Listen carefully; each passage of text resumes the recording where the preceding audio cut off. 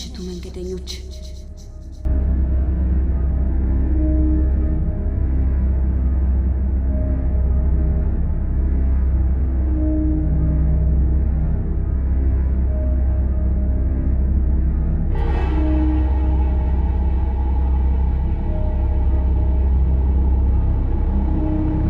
ከየመኝታቸው በድንጋጤ የተነሱ 3 ሰዎች ለሰላማዊ እንቅልፋቸው መቋረጥ ምክንያት የሆናቸውን ትዕይንት ከተመለከቱ በኋላ እረጭ ያለውን ከተማ እያቆራረጡ አርባ ምንጭ ዙሪያ ወረዳ ፖሊስ ጽሕፈት ቤት ሲደርሱ ከሌሊቱ 9 ሰዓት ሆኗል። ለሌሊቱ ቅዝቃዜ ካፖርቱን ኮሌታ ወደ ላይ ዘርግቶ ጥግ ላይ የቆመው በር ዘብ ጣቱን ወደ መሳሪያው ምላጭ እየሳበ ቁም አለ። ሰላማዊ ሰዎች መሆናቸውን እየተናገሩ ወደ በሩ ተጠጉ። ዘቡ ከተቀመጠበት ተነቃንቆ ወደ በሩ ተጠጋና ምን እንደሚፈልጉ ከጠየቃቸው በኋላ በሩን ከፍቶ ተረኛ ፖሊሶች ወዳሉበት ክፍል ወሰዳቸው። በዞን 1 ወረዳ 2 ቀበሌ 04 ውስጥ ከሌሊቱ 8 ሰዓት ላይ አውቶማቲክ የተኩስ ድምጽ ሰምተው ከየቤታቸው መውጣታቸውንና ከተኩሱ በኋላ የሴቶች ጩኸት ወደ ነገሰበት አንድ የአካባቢያቸው መኖሪያ ግቢ ሲሄዱ የቤቱ ባለቤት ግቢው ውስጥ ወድቆ ማየታቸውን ተናገሩ።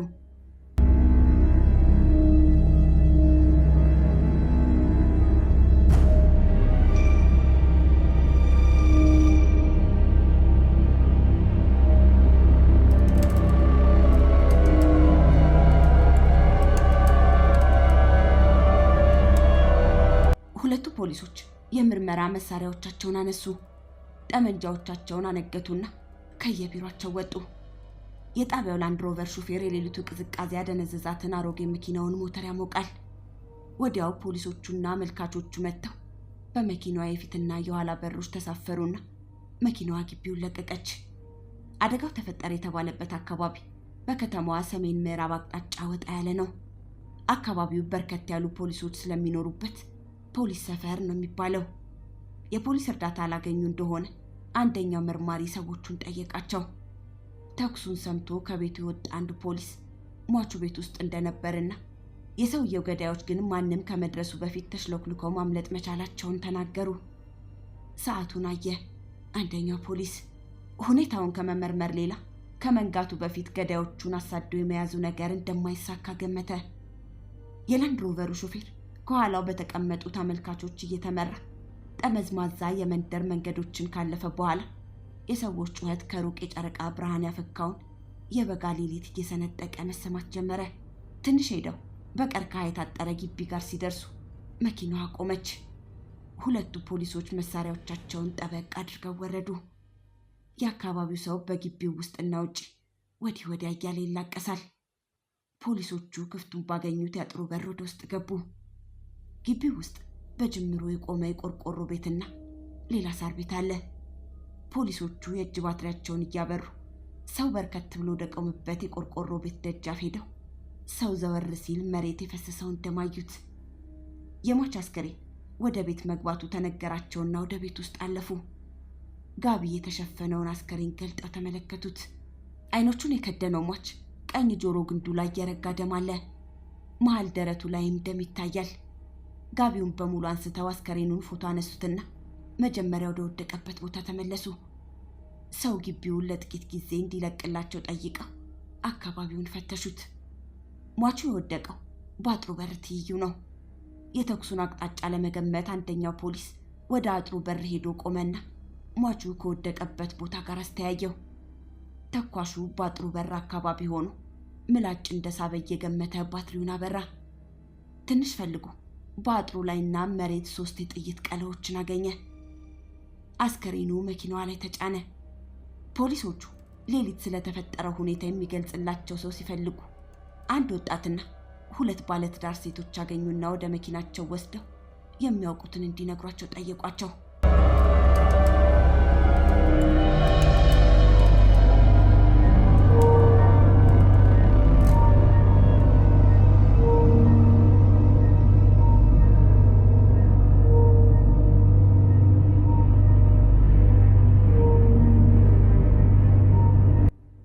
ሟቹ አጎቴና አሳዳጊ ነው የሚል ወጣት ነው መጀመሪያ የተናገረው።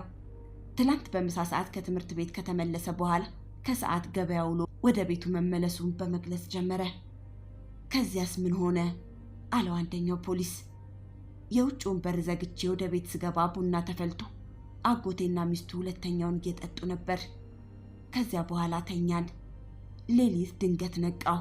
ከውጪ ቆርቆሮ ቤት ውስጥ ያለው ጣውላ ይንኳኳል። በጎችና ጥጆች ይተራመሳሉ።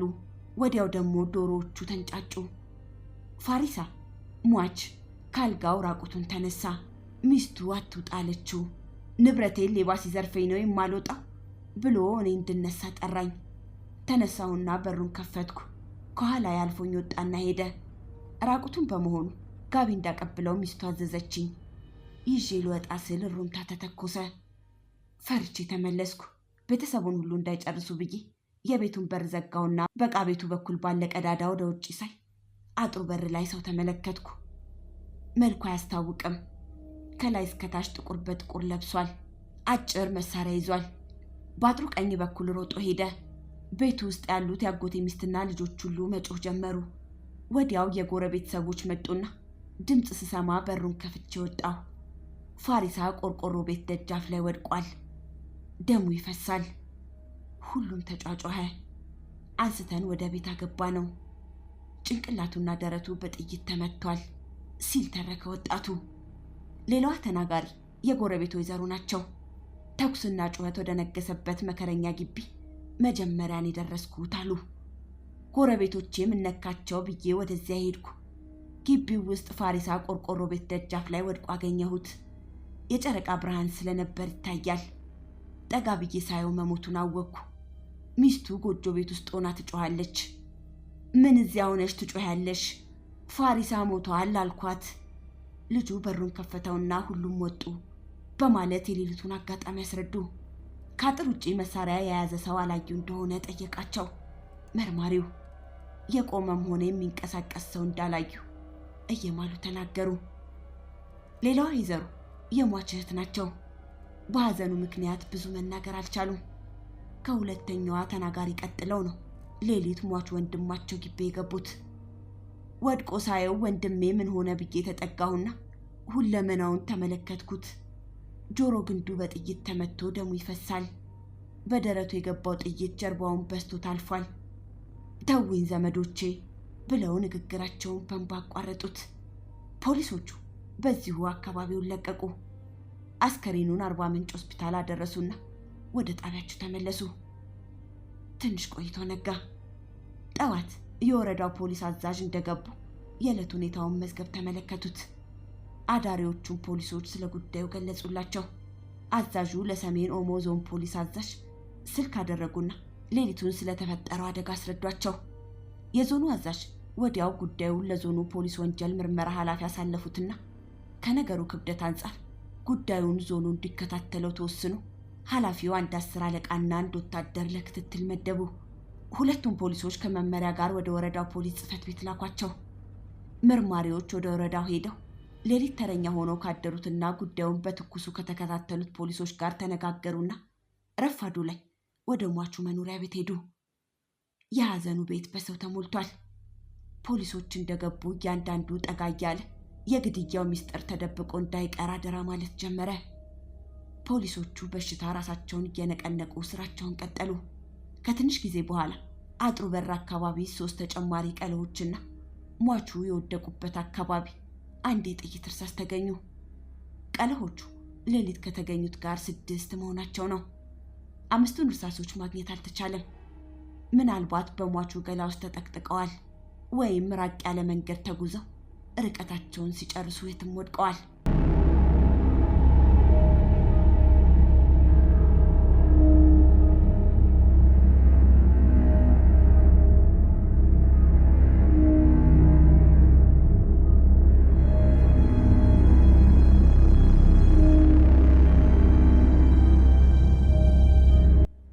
ፖሊሶቹ እስከ ምሳ ሰዓት ድረስ ለቅሶ ቤት ቆዩ። ከሟቹ ልጆች ከዘመዶቹና ከጎረቤት ብዙ አስተያየቶች መጡ። ሐሜት የሚመስል ጭምጭምታ ነገር ፖሊሶቹ ጆሮ ደረሰ። ለጥርጣሬ መነሻ የሚሆን ሽርፍራፊ የነገር ጫፍ በማሳደድ ላይ ያሉት ፖሊሶች የተነገራቸውን ሁሉ አንድ ባንድ አደመጡ። ሟቹ አቶ ፋሪሳ ለማ የ2 ልጆች አባት ነው። እድሜውም ቤተሰቡ 33 ብሎታል። ቤቱ ውስጥ የሚያሳድጋቸው የዘመድ ልጆችም አሉ። ከቦታ ቦታ እየተዘዋወረ ዶሮና ልዩ ልዩ አትክልት ወደ አርባ ምንጭ በማምጣት ነው የሚኖረው። ያመጣውን ሚስቱ ይዛ ወደ ገበያ ትወስዳለች። ሚስቱን በዚህ ስራ የሚያግዛትና ሟቹ በእርዳታ መልክ ያስጠጋው አንድ ሰው አለ። ሟቹ ለንግድ በየሀገሩ ሲዞር ሚስቱና የሰው ዶሮዎቹንና ሌሎቹን ምርቶች ወደ ገበያ እየወሰዱ በመሸጥ ተረዳድተው ይኖራሉ። አደጋው በተፈጠረበት ዕለት ጠዋት ከቡና በኋላ የፋሪሳ ሚስትና ይሄው የሚስቱ የንግድ ረዳት 10 ዶሮዎችን ይዘው ወደ ገበያ መሄዳቸውን ትናገራለች። ቤት ውስጥ ከሚኖሩት አንዷ ለንግድ ጊዶሌ ሰንብቶ የመጣው አቶ ፋሪሳ ጠዋት አካላቱን ታጥቦ ከሰዓት ሚስቱና ረዳቱ ወዳሉበት ገበያ ይሄዳል። ከዚህ በኋላ ቀን የሆነውን አታውቅም። ትምህርት ቤት የዋለችው ወጣት ምሽት ላይ ግን ሚስቱ እራት በመስራት ላይ ያለች ፋሪሳ ከውጭ መጣ። ቡና ተፈልቶ እየተጠጣ ሳለ ዛሬ ገበያ ውስጥ በጓደኞችሽ ፊት አዋርጄሻለሁና ማሪኝ፣ ይቅርታ አድርጊልኝ አላት።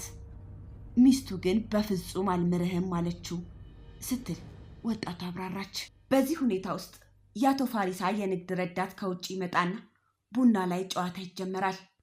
በሚቀጥለው ቀን ወደ ወላይታ እንደሚሄድ አቶ ፋሪሳ ለሰውየው ሲነግረው ሸቻ አካባቢ ለቅሶ እንዳለና እስከዚያ አብረው ሄደው ለቅሶ መድረስ እንደሚችሉ ሰውየው ነግሮት ከምሽቱ 3 ሰዓት ላይ ሰውየው ወጥቶ መሄዱንና የሟች ልጅ የውጭውን በር ዘግቶ መመለሱ ወጣቷ አጫወተቻቸው። ቤተሰቡ ሰላም የለው ይሆን አለ አንዱ ፖሊስ። ከቅርብ ጊዜ ወዲህ ሲነታረኩ ነው የማያቸው። እንዲያውም ባለፈው ሰሞን ፋሪሳ የጎረቤቶቹን ሽማግሌዎች ጠርቶ ይውልኝ እቺ ሴትዮ የምታደርግብኝ መተት እያለ አንድ በቀይ ቀለም የተጻፈበት ረጅም ብራና ነገር ሲያሳያቸው ነበር። እሷ ደግሞ እናቴ ከወላይታ ይላከችልኝ የቡዳ መድኃኒት ነው ስትል ነበር። እኔ እንጃ ብቻ አሉ ሴትዮዋ። የሰሙትንም ሐሜት ነገር ሹካሉት።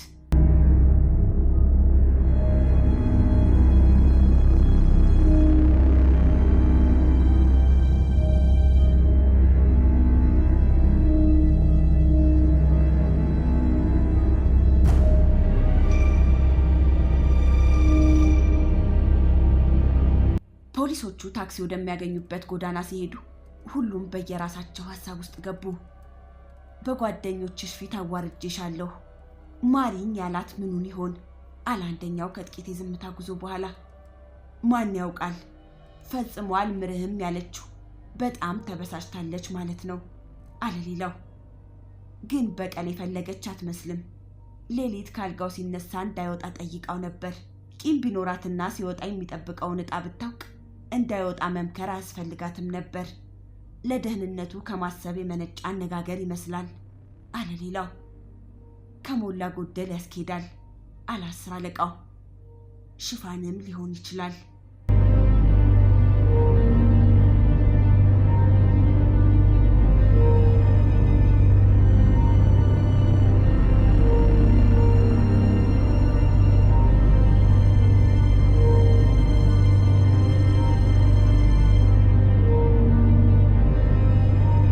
ፖሊሶቹ መስሪያ ቤታቸው እንደደረሱ ወደ ወንጀል መከላከል ኃላፊ ቢሮ ሄዱና ለውይይት ተቀመጡ።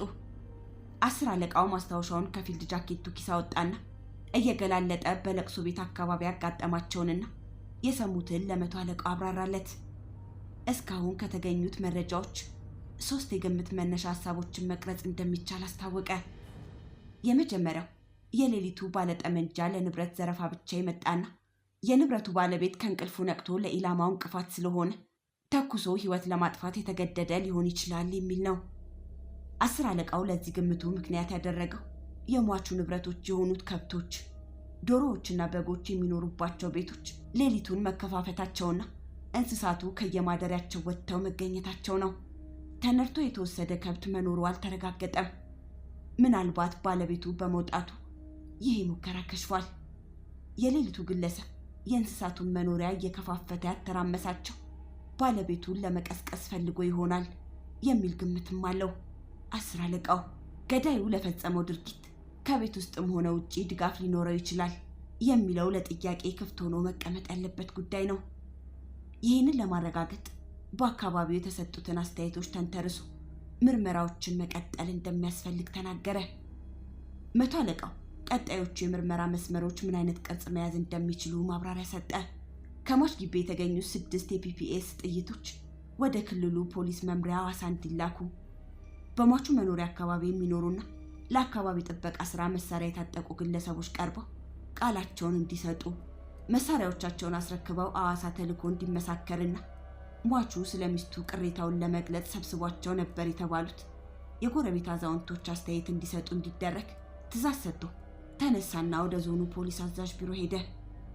10 አለቃውና ረዳቱ ወደ ቢሮአቸው ሲመለሱ የዞኑ ፖሊስ መኪና ግቢው ውስጥ ገብታ ቆመችና አርባ ምንጭ ሆስፒታል የሄደው ፖሊስ ወርዶ ወደ 10 አለቃው መጣ። የያዘውን ፋይል ገለጥ አድርጎ አንድ ወረቀት አወጣና ሰጠው። አስከሬኑን የመረመረው ሐኪም የሰጠው አስተያየት ነው።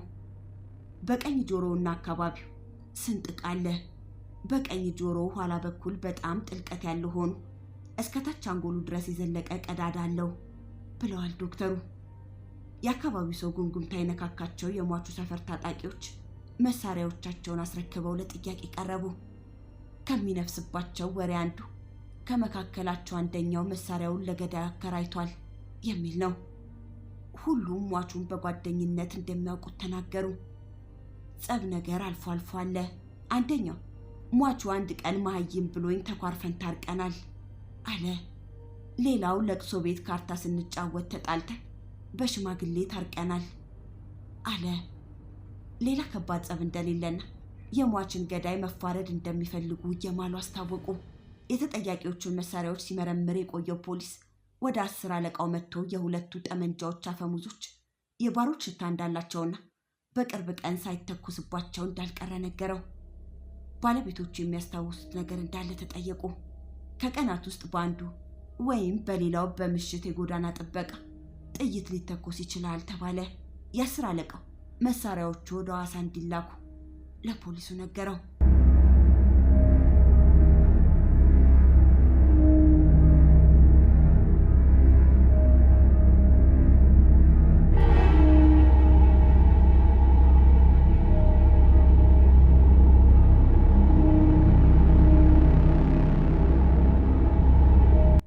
ሲቀላ በሚባለው የከተማዋ ሰሜናዊ ክፍል በኩል ያለው ሰፊ ገበያ እንደ ወትሮ መሟሟቅ ጀምሯል።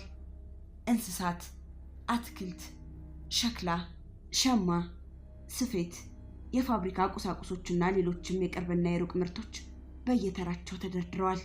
አትክልት ተራው አካባቢ የሚጎራደዱ 2 ፖሊሶች ከአንዲት ወጣት ጋር ይነጋገራሉ። ወጣቷ አቶ ፋሪሳን ሚስቱንና የንግድ ረዳታቸው የሆነውን ግለሰብ እንደምታውቋቸውና የአቶ ፋሪሳንን ሞት መስማቷን ነገረቻቸው። እንዲያውም በቅርቡ አቶ ፋሪሳ ከመሞቱ አንድ ቀን ቀደም ብሎ ወደዚህ ገበያ መጥቶ እንደነበር ገልጻ ሚስቱና ረዳቷ ጧት ያመጣቸው ዶሮዎች ስላልተሸጡ በጣም ተናዶ ለምን ዶሮ ተራ ወስደሽ አልሸጥሻቸውም? አንቺ ሆን ብለሽ እኔ ልታከስሪ ተነሳሽ ነሽ። ቀቅለሽ ልትበያቸው ነው ያስቀመጥሻቸው። አንጀትሽ ተቀቅሎ ይበላና ዛሬ አይሸጡና አንቺን ነው ቀቅዬ የምበላሽ አላትና ሄደ። ሚስቱ ማልቀስ ጀመረች። ይህ ሰውዬ ዘላለም በየገበያውና በየቤቱ ሲያዋርደኝ ይኖራል። አንድ ፊቱን ቢገለኝ አይሻልም? እንዲህ ሰው ፊት ከሚያበሻቅጠኝ ብላ ተንሰቀሰቀች። ለወትሮ በ12 ሰዓት የምትነሳዋ ሴትዮ ቀን በ8 ሰዓት እቃዋን ጠቅልላ ሄደች አለቻቸው። ፖሊሶቹና ወጣቷ ሲነጋገሩ የአካባቢው ጆሮና አይን መበርከቱን የተመለከተው መርማር ወደ ወጣቷ ጆሮ ጠጋ ብሎ አንድ ጥያቄ ሹካላት። ጭንቅላቷን በማመንታት ነቀነቀች። በውጪ ወሬው ይወራል፣ ባይኔ ግን አላየሁም አለችው። አመስግነዋት ዞር አሉና በአቅራቢያ ወዳሉት አሮጊት ሴት ሄደው በጨዋታ ተጠጓቸው። እኒህኛዋም አቶ ፋሪሳ እዚህ መጥቶ ሚስቱ ላይ የጮህበትን ቀን እንደሚያስታውሱ ተናገሩ። ሌላ ጥያቄ ያቀረበላቸው መርማሪው ወሬ ቢጤ አንዳንዴ ጆሯቸውን እንደሚጎበኘው ገለጹለት። እንዲያብራሩለት ጠየቃቸው። አይቶኝ ባይኔ ያላየሁትን ነገር ምን ኃጢአት ውስጥ ከተተኝ በሰው ወሬ እያሉ ተከላከሉ አሮጊቷ።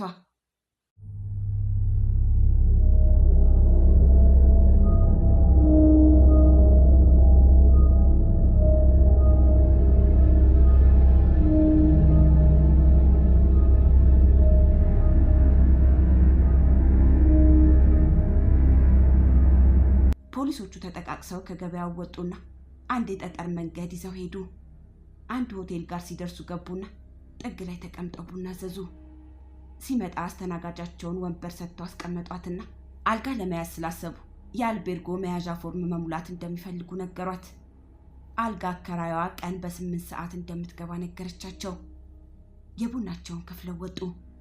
ከተማዋ መሃል ምሳቸውን በልተው አየር ሲቀበሉ ቆዩና በተባለው ሰዓት ወደ ሆቴሉ ተመልሰው ቡና ቤቱ ጀርባ ወዳሉ የመኝታ ክፍሎች እንግዳ መቀበያ ሄዱ።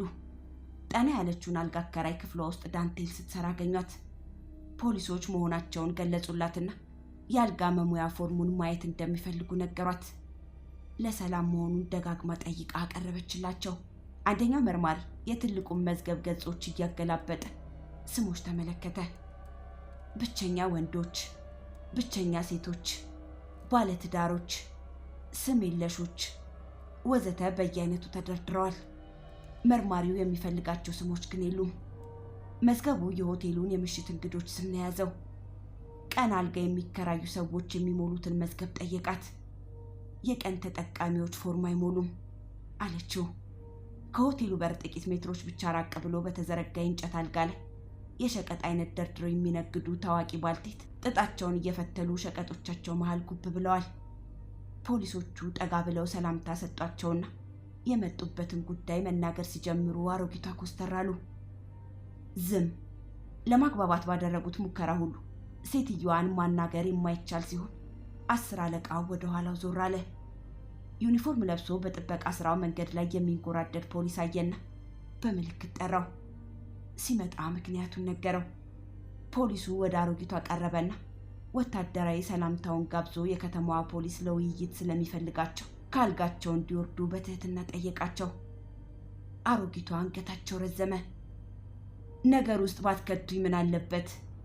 ሰርቻ አልበላበትም በመንግስት ሀገር አሉ። በደህንነታቸው ላይ የሚመጣ ነገር እንደሌለ 10 አለቃው እጃቸውን መተው ቃል ገባላቸው። ፈገግ አሉ አሮጊቷ። ፖሊሶቹ በስም የጠቀሷቸውን ሰዎች በደንብ እንደሚያውቋቸው ተናገሩ። ባለፈው ሰሞን ብቻ ሰዓቱን በትክክል ትዝ አይለኝም፣ ከምሳ በኋላ እዚህ ሆቴል መጥተው ወደ አልቤርጎ አካባቢ ሲሄዱ አይቻለሁ አሉ በመጨረሻ። ቀኑን ጣታቸውን ቆጥረው ደረሱበት። ግንቦት 25 ነው። የዚህ ቀን ጀንበር ጠልቃ ሌሊቱ ከተከተለ በኋላ ነው አቶ ፋሪሳ የተገደለው።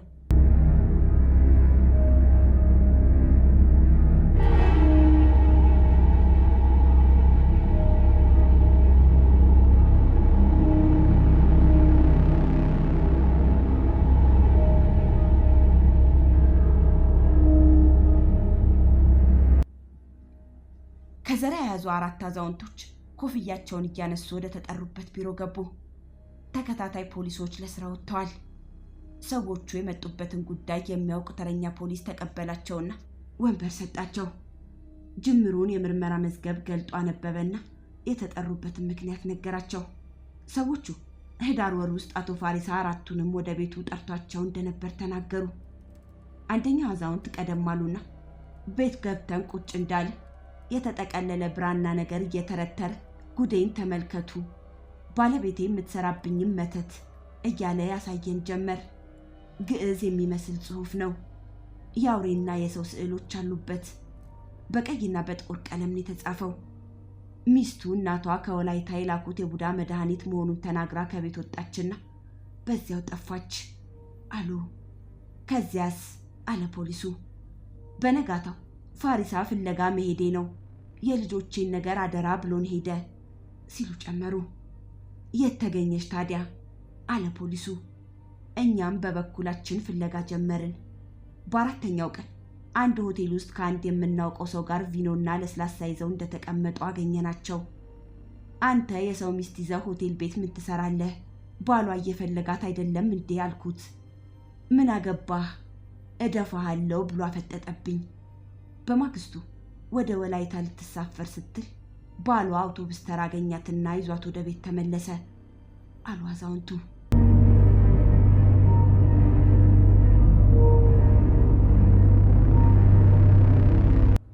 ቀኑ መምሸት ሲጀምር ንፋሱ ፍጥነቱን ጨምሮ ቅዝቃዜ አየሩን ሞላው። 10 አለቃው ሰዓቱን አይታ አድርጎ ረዳቱን አሰናበተና ከሐሳቡ ጋር እሱም የቤቱን አቅጣጫ ያዘ። የወሬ ባሉ ባልታ ሲሰማው የሰነበተውን ነገር በአይናችን አይተናል የሚሉ ሰዎች ብቅ ብቅ ማለት በመጀመራቸው በሌላ ወገን የሚመለከታቸው ሰዎች ላይ በቀጥታ እርምጃ መውሰድ የሚችልበት ሰዓት መድረሱን አመነበት።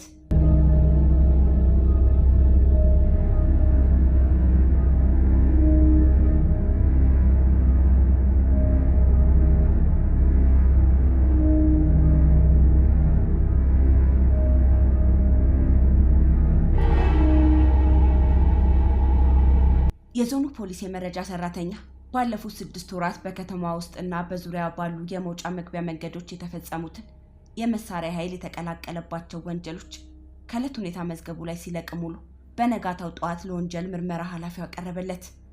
100 አለቃ ሊደርስበት የፈለገውን አንድ ማጠቃለያ እያሰበ ወረቀቶቹን መመልከት ጀመረ። መጋቢት 1986 ላይ ለጣቢያው ሪፖርት ያደረገው ሹፌር ሐሬ የተባለው ወንዝ አካባቢ ጠመንጃ በያዙ ሰዎች እንዲቆም ተጠይቆ ጥይት ተተኩሶበታል። ጥይቱ አልነካውም፣ መኪናውንም አላቆመም። አጠር ያለ መሳሪያ ይቻለሁ ብሏል። ሚያዝያ ወር ላይ ወደ ጣቢያው ብቅ ያሉ አመልካቾች ጌንታ መንገድ ላይ ከሌሊቱ 11 ሰዓት ያስቆሟቸው ሰዎች ገንዘብ ቀምተዋቸዋል። የአሁኖቹ ዘራፊዎችም ኡዚ መሳይ አጭር ጠመንጃና ቦምብ መያዛቸውን ባለጉዳዮቹ ቃላቸውን ለተቀበላቸው ፖሊስ ገልጸው ተመዝግቧል። በዚህ ወር መጨረሻ ኮይራ መንገድ ላይ 690 ብር ተዘረፍን ያሉት አመልካቾች ዘራፊዎቻቸው ኡዚና ቦምብ ይዘዋል ሲሉ ሪፖርት አድርገዋል። ግንቦት መጀመሪያ ላይ ሪፖርት ያደረገው የአውቶቡስ ሹፌር ከሽሌ ወደ አርባ ምንጭ በሚያመጣው ጎዳና ላይ ሲጓዝ እንዲቆም መጠየቁንና አዛዦቹን ጥሶ ሲያልፍ ጥይት እንደተተኮሰበት ገልጿል። ከሰዎቹ በተወረወረ ድንጋይ የአውቶቡሱ መስታወት መበተኑን ሹፌሩ ሪፖርት አድርጓል። 100 አለቃው ወደ ኋላው ሄዶ ወንበሩን ደገፍ አለ። ትኩረቱን የሳበው ተበዳዮቹ የጠቆሙት የጦር መሳሪያ አይነት ነው።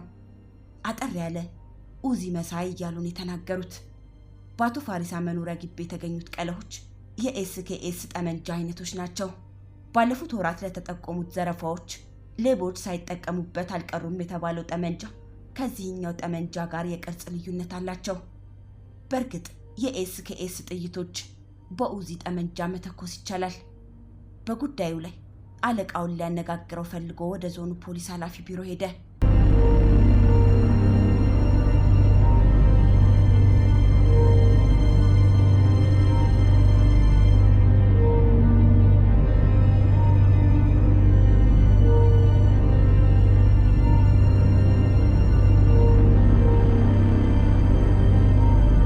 መሳሪያ ያነገቱ 2 ተከታታይ ፖሊሶች ከቤታቸው አጅበው ያመጧቸው አንድ ወንድና አንድ ሴት ወደ አንድ ባዶ ቢሮ ወሰዷቸው። አንደኛው ፖሊስ 10 አለቃ ወዳለበት ቢሮ ሄደና በሩን ከፈት አድርጎ መተዋል አለው። ወጥቶ ሄደ። ሐዘን ከለበሱት እንግዶች ጋር 2 ሆነው የተጀመረው ክርክር ግማሽ ቀን አስፈለገው። ተጠያቂዎቹ በለቅሶና በመጠርጠራቸው መገረማቸውንና መበሳጨታቸውን በመግለጽ አብዛኛውን ጊዜ ያጠፉት። ግራና ቀኝ የተቀመጡት ፖሊሶች ባለፉት 20 ቀናት ከያቅጣጫው ያሰባሰቧቸውን የአካባቢ ማስረጃዎች በሙሉ እየተቀባበሉ አቀረቡላቸው። የሟቹን ውለታ ከአቅሙ በላይ እንደተሸከመና ሟቹ በምድር ላይ የነበረ ብቸኛ ዘመዱ እንደሆነ የሚገልጸው ግለሰብ ወደ መጨረሻ ክፍተት ማሳየት ጀመረ። መርማሪዎቹ በክፍተቱ ለመግባት ጊዜ አላጠፉም። ክፍተቱ እየሰፋ ሄደ። ፖሊሶች በደንብ ገቡበት። ክፍተቱ በሁለቱ ሰዎች መሃል የሐሳብ መፋለስ ፈጠረ። እዚህ ጋር ሲደርሱ በተፈጠሩ ሁኔታዎች ፖሊስ ለጥያቄዎቻቸው አንዳንድ መልሶች አገኙ። ሁለቱ ሰዎች ስለ አቶ ፋሪሳ ሞት ቀደም ብለው የሚያውቁት እንዳለ መናገር ጀመሩ። ሰውየው በሞተበት የመጨረሻ ደቂቃ ግን ሁለቱም በየአልጋዎቻቸው ውስጥ ነበሩ። ጥይት መተኮሱንና አቶ ፋሪሳ መገደሉን ሲሰሙ ሁለቱም ከየቤታቸው በር ከፍተው ወጥተዋል። ጮኸውም አልቅሰዋል። የሟች አስከሬን ከሆስፒታል ሲመለስ ቀብር ላይ ተገኝተዋል። ሐዘን ተቀምጠዋል። አቶ ፋሪሳ ከመሞቱ ቀደም ብሎ ስለነበረው ሁኔታ ሲተርኩ ሁለቱም የአንድ ሰው ስም ጠሩ። ሰውየው የቀድሞ ጦር 10 አለቃ ነው። ሁለቱ ሰዎች ወደ ማረፊያቸው ከተሸኙ በኋላ መርማሪዎቹ ለብቻቸው ተቀምጠው ዛሬ ስሙ የተሰጣቸው ሰው ነው የመነጋገሪያቸው ርዕስ። ግለሰቡ ወታደር ነበር ተብሏል። ሁለቱ ሰዎች እንዳሉት እንዲያውም ሰውየውን መያዝ ቀላል ነገር አይደለም። መሳሪያ ያለው ነው ያሉት። መውጫ መግቢያው የማይታወቅና በመኖሪያ አካባቢው የማይታይ አሸማቂ ብቸኛ ግለሰብ እንደሆነ አድርገው ነው የገለጹት። በነጋታው ከሌሊቱ 11 ሰዓት በፊት ሁለት ፖሊሶች ከሙሉ ትጥቅ ጋር ወደ መኖሪያው ሄደው እንዲይዙት ስምምነት ላይ ተደረሰና ከቢሮአቸው ወጥተው በጨለማው ውስጥ ወደ የቤታቸው ሄዱ። ሰኔ 14 ከምሽቱ 1 ሰዓት ነው።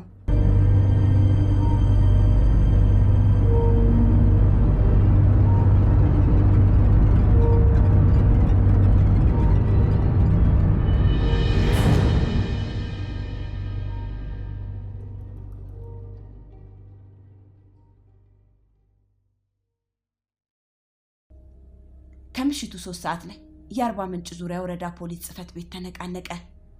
የተረበሹ የተደናገጡ ወንዶችና ሴቶች ጨለማ ውስጥ የቆመውን ፖሊስ ጣቢያ ተረማመሱት። ተረኛ ፖሊሶች ከየቢሮአቸው ወጥተው ሰዎቹን ለማረጋጋት ቢሞክሩም ድንጋጤ ያናወጠውን የሰዎቹን መንፈስ ቶሎ መቆጣጠር አልተቻለም። በመጨረሻ ሆነ የተባለውን ፖሊሶቹ ሰሙት። ከጨንቻ በሚመጣው መንገድ ወደ ከተማዋ መግቢያ ላይ የሚገኘው የአዞርባታ ጣቢያ አካባቢ ከምሽቱ 2 ሰዓት ላይ በተፈጠረ አጋጣሚ ሰዎች ተገድለዋል። የአሁኖቹ አመልካቾች በአውቶማቲክ ተኩስ ተበሳሳች ካሏት አነስተኛ ቶዮታ ፒካፕ ላይ ወርደው ለማምለጥ የቻሉ መሆናቸውን ተናገሩ። 3 የሌሊት ተረኛ ፖሊሶች ጠመንጃዎቻቸውን አንስተው ወጡና የተባለውን አቅጣጫ በእግራቸው ጀመሩት። የመረጃ ክፍሉ ሰራተኛ ወደ ዞኑ ፖሊስ ስልክ ደውሎ አጋጣሚውን ሪፖርት አደረገ። የዞኑ ወንጀል መከላከል ኃላፊ ቢሮው ነበር። 2 ተረኛ ፖሊሶች አስከትሎ በላንድ ሮቨር ከጣቢያው ወጡ። ዝናብ ባካፋበት ጠጠር መንገድ ላይ ጥቂት እንደተጓዙ ወደ አደጋው ስፍራ የሚገሰግሱት 3 ፖሊሶች በሩቅ አዩአቸው። የመኪናው የፊት መብራት እየከበደ ሲሄድ ፖሊሶቹ ከመንገዱ ግራና ቀኝ ተፈናጥረው ወጡና ጀርባቸውን ለጫካው ሰጥተው መሳሪያዎቻቸውን ደገኑ። ነገሩ የገባው የላንድ ሮቨሩ ሹፌር በመብራት ምልክት እየሰጠ ቀረበና ቆመ።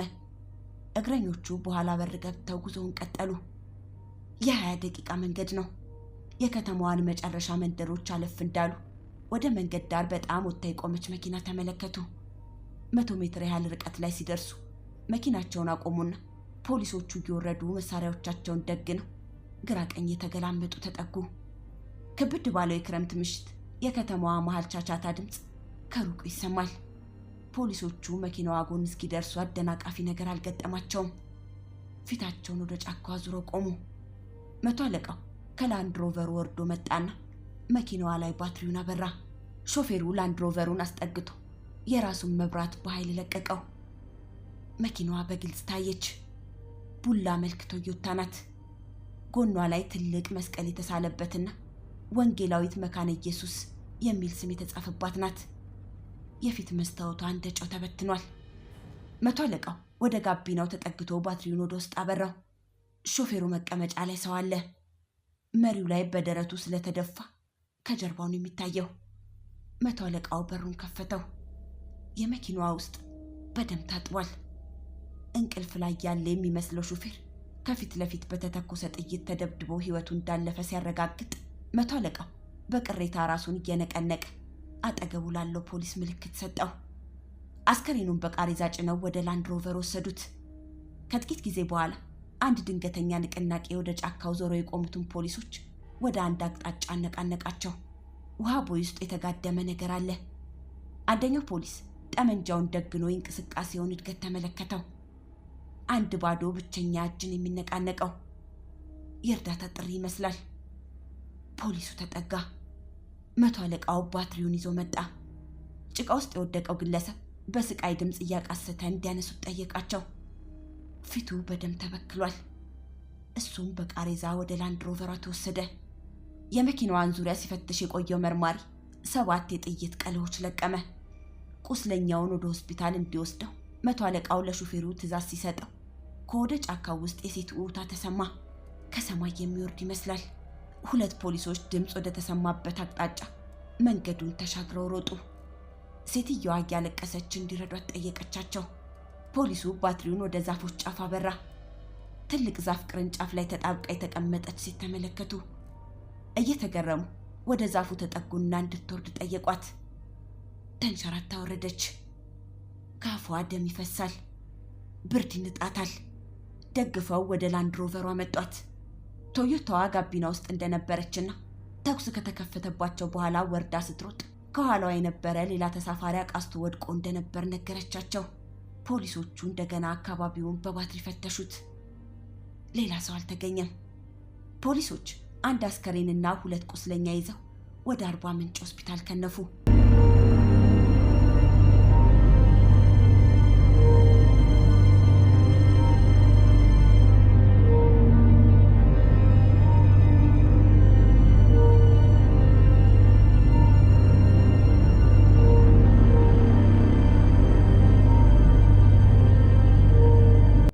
የሆስፒታሉ ድንገተኛ ክፍል ሰራተኞች 2 ቁስለኞች ደርሰዋቸዋል።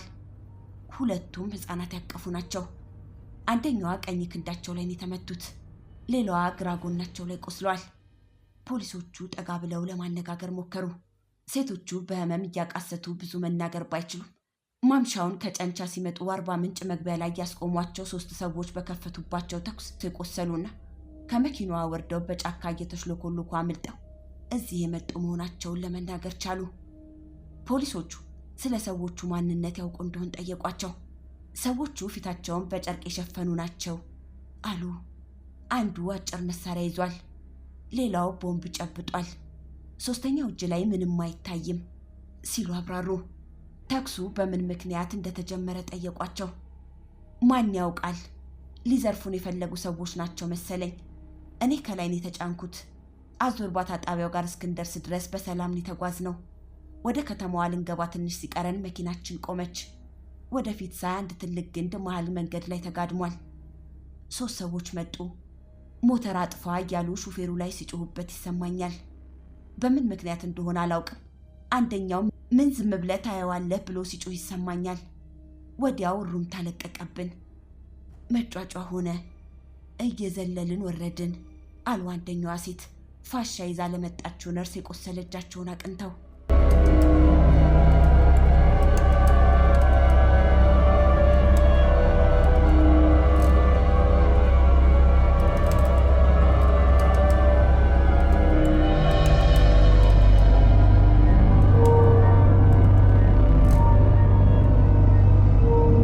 ከሌሊቱ 10 ሰዓት ከቤቱ የወጣው ፖሊስ ወደ ዋናው ጎዳና ሲወጣ ጓደኛው ቀድሞ ጠብቆታል። ትንሽ ሄደው ዋናውን መንገድ ተውና ወደ መንደር ውስጥ ገቡ። በዝናብ በረጠበ ጭቃማ መንገድ እየተጠማዘዙ እንቅልፍ ላይ ባሉ መንደሮች ውስጥ አለፉና አንድ ቦታ ሲደርሱ ቆሙ።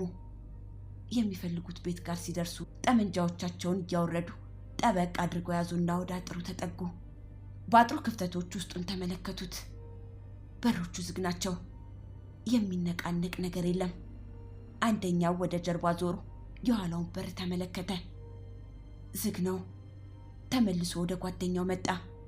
በዋናው በር ግራና ቀኝ ቅጠል ተከልለው ቆሙ። ለግማሽ ሰዓት ያህል ምንም ለውጥ የለም።